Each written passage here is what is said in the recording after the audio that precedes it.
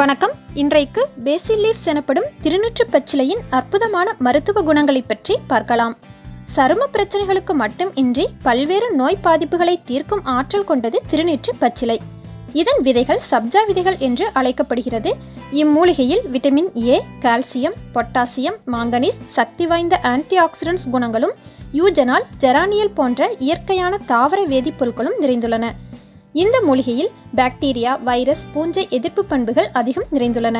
திருநீற்று பச்சிலையின் இலைகளும் அதன் விதைகளும் பல்வேறு நன்மைகளை அளிக்கக்கூடியவை. அவற்றை பற்றி இப்போது பார்க்கலாம். மற்ற மூலிகைகளைப் போன்றே திருநீற்று பச்சிலையும் காய்ச்சலை தணிக்கும் சிறந்த மூலிகையாக பயன்படுகிறது. காய்ச்சல் இருக்கும் சமயங்களில் திருநீற்று பச்சிலையுடன் துளசி, கற்பூரவள்ளி போன்ற செடிகளின் இலைகளையும் சிறிதளவு சேர்த்து கஷாயமாக செய்து காலை மாலை தொடர்ந்து வெறும் வயிற்றில் அருந்தி வந்தால் காய்ச்சலின் தீவிரத்தை குறைக்கும். வாய்ப்புண் இருக்கும் சமயங்களில் இம்மூலிகையின் ஓரிரு இலைகளை நன்கு மென்று மெதுவாக விழுங்கி வந்தால் வாய்ப்புண் எனப்படும் மவுத் அல்சர் குணமாகும். மேலும் இந்த இலைகளையோ அதன் சாற்றையோ அவ்வப்போது உட்கொண்டு வந்தால் படிப்படியாக வயிற்றுப்புழுக்கள், குடல் புழுக்கள் நீங்கிவிடும். சளி, இருமல், தொண்டை தொற்று போன்ற சளி தொடர்பான பிரச்சனைகளை தீர்க்கும் ஆற்றல் கொண்டது திருநீற்று பச்சிலை. திருநீற்று பச்சிலையை மேற்கூறியவாறு கஷாயமாக அருந்தி வரும் பொழுது சளி, இருமல் போன்ற கபநோய்கள் குறைந்து உடலில் நோய் எதிர்ப்பு சக்தியை அதிகரிக்கும்.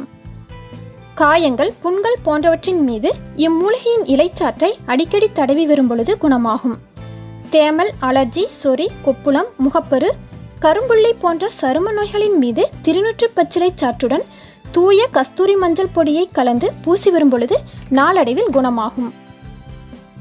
திருநீற்று பச்சிலை கஷாயத்துடன் தேன் சேர்த்து அருந்தி வரும் பொழுது குமட்டல், வாந்தி, வாயில் ருசியின்மை, செரிமானமின்மை போன்ற பிரச்சனைகள் தீரும்.